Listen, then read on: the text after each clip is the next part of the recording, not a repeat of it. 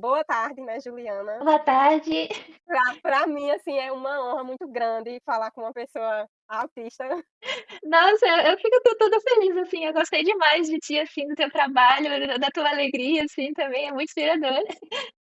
É uma coisa que o psicólogo, ele me orientou, né, a me relacionar mais com pessoas autistas, procurar não só pessoas que já têm, né, o diagnóstico fechado, que é um Aham. processo bem longo para principalmente pessoas adultas conseguir, né, o diagnóstico, mas assim, conhecer pessoas também no processo, né, então porque ele falou que isso é muito importante para a gente se identificar no outro, e a partir do momento que eu escutava você, parece que eu disse: "Nossa, sou eu". O que Juliana fala tem muito de mim, assim, muitas características. Porque, no autismo tem muitas características em comum, né, que todos vão ter e cada um vai ter um jeitinho lá, né, que faz as Sim, coisas, sim. os hiperfocos. Então, pra gente esse contato direto, né, com pessoas do grupo, né, pessoas que passaram a vida toda sofrendo, né, o meu histórico, assim, realmente quando eu olho pra minha história, eu penso assim: "Caramba,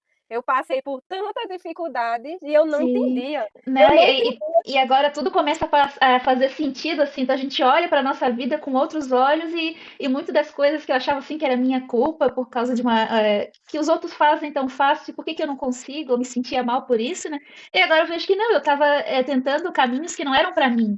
Então agora eu consigo, assim, me Aí ver, era uma roupa que sim, eu não era nem com tecido, o meu problema era com o estilo mesmo, porque parecia que eu não me enquadrava naquele tipo de roupa, eu odiava a moda, todo esse estereotipia, né, das mulheres, assim, essa coisa da padronização, que você tem que ter o cabelo liso, né, tem que ter o corpo assim, tem que vestir moda tal, e eu sim, eu totalmente também nunca me enquadrava. desligada disso assim, é tanta coisa, assim, que você pensa: "Caramba, eu deveria ter sofrido menos", né, assim. Sim, Porque a gente se culpa, porque primeiro que a gente não se conhece, a gente tem uma enorme dificuldade de identificar nossas características e sim. de se expressar enquanto sujeito, né, desde a infância, e uma dificuldade muito grande de entender o outro, as pessoas, né, porque a maior parte da população é típica, né, neurotípica. E quando a Sim, gente está dentro do espectro, a gente é atípico, né, uma pessoa que se desenvolve de uma forma muito mais lenta, né, é um grupo de pessoas que precisa de muito estímulo sim. para se desenvolver, diferente das outras pessoas que não E necessitam de essa estímulo, fala né. essa fala do teu psicólogo, ela é muito importante, porque tu vai falar alguma coisa que acontece contigo e alguém que está dentro do espectro vai entender, vai se identificar. Agora, às vezes, tu conversa com uma pessoa atípica, eles não entendem por que que tu tens essa dificuldade, assim, que é coisa tão simples, como é que tu não consegue? E outra pessoa que está no espectro entende, o que que tu está passando, aí te acolhe e dá ideias de como passar isso da melhor forma. Então essa é realmente a importância de estar em contato com outras pessoas que estão dentro do espectro mesmo para a gente conseguir se identificar e encontrar formas assim de melhorar, né? Que a minha comunicação também, depois que eu comecei a conversar com outras pessoas que estão dentro do espectro, eu me conheço melhor, falo melhor, então é muito importante essa fala assim do psicólogo, ele dá uma dica ótima mesmo. Nossa, com certeza. E ele disse: "Olha, pode produzir conteúdo, pode interagir, pode assim", porque isso vai dando mais segurança pra gente, porque é difícil inclusive até mostrar a cara, assim, dizer que você é autista, né, começar que você tá atrás, ou que você já tem, né, o diagnóstico, ou que você tá atrás, porque as pessoas vão dizer: "Mas pra que isso, né, pra que isso agora, né?". Porque Sim, não foi ela que teve as dificuldades, né. Tem sim, autistas que falam assim, que tem psiquiatra que fala assim: "Mas para que isso, né, nessa idade, já com mais de", porque a maioria é, dos diagnósticos agora é pessoas com mais de 30 anos. sim, E muitas vezes essas pessoas já têm profissão, às vezes já construiu família, já tem filhos, né, e agora que realmente está chegando o diagnóstico, né, então foi diante dessa temática, diante da necessidade de se discutir os caminhos que nos levaram, né, você ao seu diagnóstico e eu tô em busca, né, do meu, e foi com isso que a gente pensou a entrevista, né, a escrita e o autismo, né, foi um conteúdo que surgiu nas nossas conversas, e eu fiquei muito animada para fazer as perguntas, né, eu fiz primeiro, né, mandei para você as sim. perguntas, depois você mandou as suas para mim, a gente respondeu, a gente criou todo um roteiro.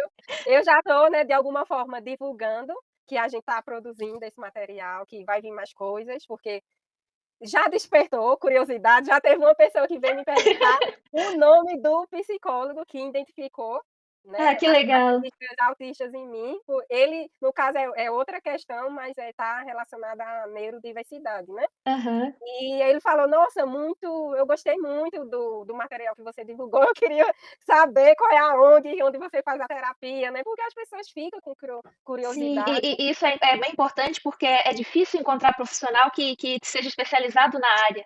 Então a pessoa desconfia que pode estar dentro do espectro, mas ela: "E agora? O que que eu faço? Eu não sei para onde ir, não sei quem eu procuro". Daí tendo o teu exemplo, assim, a pessoa já se anima: "Nossa, é por ali que eu tenho que ir", sabe. Então já É porque acho ele gostou muito, né, da parte que eu falo, né, da camuflagem, que foi o que o psicólogo ele identificou muito em mim, né, ele disse: "Você camuflou para sobreviver". Então ele achou algo muito científico, né, muito realista. E com certeza, a maior parte dos autistas fazem isso, principalmente os que estão no suporte nível 1, porque é os ditos leve, mas de leve não tem nada, e parece que para a gente é muito mais difícil aí porque quando você está num nível de suporte mais elevado, é muito escancarado suas características.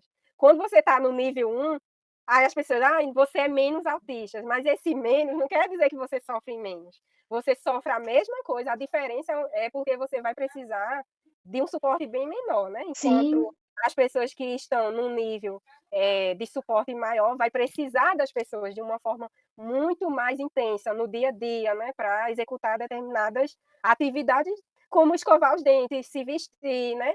E os que estão no suporte 1 não necessariamente precisa desse acompanhamento todo, mas sofre em várias áreas, porque está dentro do espectro, né, mas que sim, não necessita tanto desse acompanhamento, né, ali em todas as atividades. Mas o qual é a questão? Essa pessoa ela precisa saber que ela está dentro do espectro, ela precisa saber conhecer suas características para poder lidar com elas, porque se ela não apresenta que é tão autista, então as pessoas vão dizer: "Não, é frescura tua".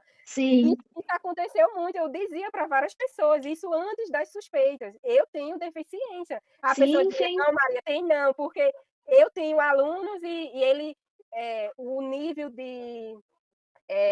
nível de crises é muito visível, disse: "Sim, mas cada pessoa é um espectro", já está vendo, é um espectro, sim, então sim. não é algo padronizado. Então, aí as pessoas não conseguem entender, elas associam o autismo àquele autismo de nível de suporte nível 3 que precisa de muito suporte, que a pessoa aparenta, eh, Sim, atraso na fala, né, muita dificuldade no olhar, nos olhos, né, essa é uma dificuldade, né, muito grande. sim. Então são coisas que não estão em todos, né, e não estão num grau tão elevado. Pode É, estar no tanto grau eles estão vendo isso agora, tanto que até o símbolo do autismo antes era o quebra-cabeça, que eles achavam que era um negócio, assim, muito aparente, assim, era isso e deu. Agora não, eles viram que é um negócio bem amplo, a pessoa pode ter dificuldade em várias áreas diferentes e em outras não. Tanto que nós, assim, a gente tem, não precisa de ajuda para os cuidados básicos, tipo, igual tu falou, escovar o dente, a gente consegue ter uma autonomia maior, mas a gente tem dificuldade nessa questão a nossa energia, assim, ela é mais limitada, a gente se cansa mais rápido, a gente tem dificuldade de comunicação, de manter até um período de trabalho mais longo, a gente não consegue, assim, pelo menos para mim, é essa dificuldade, né? Então a gente tem grandes dificuldades que a gente precisa de acompanhamento, de ajuda também, só que são coisas invisíveis, então as pessoas acham que a gente está tipo de corpo mole, está querendo buscar desculpa para não fazer as coisas, mas o que eu vi em mim é que eu sempre estava querendo dar o meu melhor, só que nunca era o bastante, porque a pessoa vendo de fora parecia ser pouco, mas para nós a gente estava dando o nosso máximo.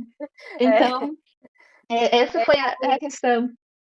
porque para a gente é tudo muito intenso, né, tudo que a Sim, gente pronto, é esse exercício que a gente está fazendo, para mim foi muito intenso, porque eu fiquei pensando na semana todinha, como seria, então realmente são coisas que é totalmente diferente, assim, para a gente, por isso que o nosso ritmo ele é mais lento, porque sim, é necessário o processamento, né, então inclusive fazer as entrevistas, né, as perguntas. Não, faz logo, porque a gente treina e depois a gente vê como é que sai. É, a gente Porque não consegue tirar um negócio da cabeça, assim, antes da gente conseguir concluir, aquele negócio fica girando, girando, a gente não quer pensar naquilo, quer fazer outras coisas, mas não consegue.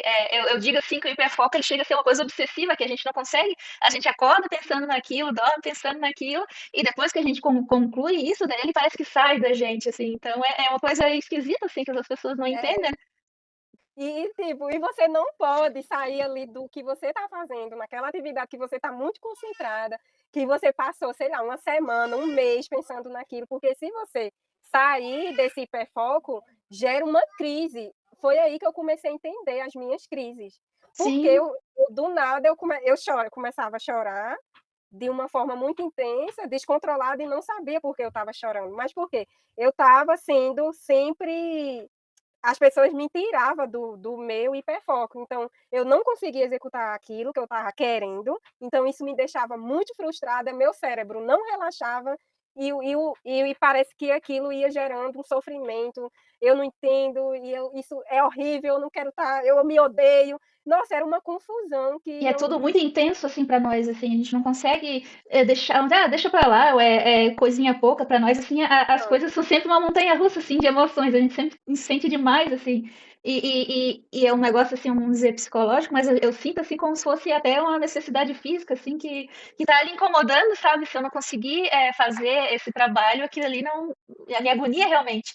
e para mim, quando eu não consigo fazer um trabalho, que eu estou lá no hiperfoco, focada a semana toda naquilo, se eu não termino essa tarefa, parece que tem alguma coisa incompleta em mim. Por isso que é obsessivo, porque parece que você precisa para se tornar, para eu dizer: "Não, eu sou Maria, eu preciso do hiperfoco". Se eu não conseguir aquilo, parece que eu estou incompleta, eu estou, é uma coisa que muitas vezes eu não entendia: "Gente, por que eu tenho essa obsessão pela pesquisa, pela escrita", e todo mundo, sei lá, dizia: "O mundo se acaba e Maria está ali, como pode?". Minha amiga falava: "Meu Deus, eu não entendo, o mundo se acaba e Maria está ali falando de geografia, como pode?". Ela disse que não suportava às vezes, assim, porque era o mesmo assunto 24 horas, só que, assim, isso fazia parte de mim. Aí, de repente, as pessoas me veem falando de literatura, aí direto, só isso, aí a pessoa diz: "Maria mudou de hiperfoco, vê". Eu falo tanto, eu escrevo, eu pesquiso, eu fico fuçando tudo sobre aquilo, aí chegou a hora que Sim, a pessoa diz: "Do nada ela mudou, já não é geografia, agora é literatura". sim, Aí a gente não controla, né? É uma virada assim, é do nada. Então é uma coisa muito louca, assim, sabe? aí entrando agora, né, no assunto da nossa entrevista, eu sou escritora, né, eu sou formada em geografia, mas eu sou escritora também, né, assim, já tenho um livro publicado sobre a renda fundiária na transposição do Rio São Francisco, que é minha dissertação de mestrado. Eu escrevi de umas 300 a 400 páginas. Foi assim, realmente foi uma escrita muito intensa, me desgastou muito, né, acho que por isso que eu saí da universidade, entrei, né, nesse campo mais da literatura, e a escrita, ela foi muito importante no meu processo para eu chegar no autismo, né, eu digo que sem ela eu não teria chegado. Por isso que eu fiquei muito animada para a gente fazer esse conteúdo, né, de alguma forma, que é um conteúdo em forma de entrevistas, que a gente vai divulgar aos poucos, né. E assim, a Juliana é também uma escritora, né, então, foi o útil ao agradável, né, a gente terminou conversando, eu acho que eu conheci você e você tinha chegado, né, no diagnóstico, acho Foi que foi recente, eu tô há 2 anos atrás, mas o diagnóstico veio mesmo em março, então ele é bem recente. E em março eu comecei com o neurologista e ali eu estava fazendo a investigação junto com a neuropsicóloga, então foi tudo agora, assim, recente. Agora que eu tô assim, tenho realmente uma comprovação, porque eu dizia que eu era, aí as pessoas diziam assim, não é tem porque comprovação, as pessoas querem o laudo, né, querem o laudo. elas querem a opinião de um profissional, mesmo se você chegar e disser: "Não, eu sou", as pessoas vão ficar: "Hã? Como assim?", né.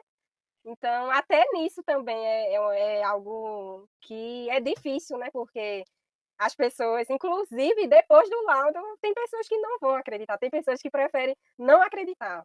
Sim, Assim, tem bastante, por isso que a gente precisa ter esse autoconhecimento, para a gente ter a confiança de dizer, não, eu sou, senão a pessoa vai duvidar de ti, e daí se tu não tens essa confiança, tu vai acabar indo na onda da pessoa, então não vai dar certo. é,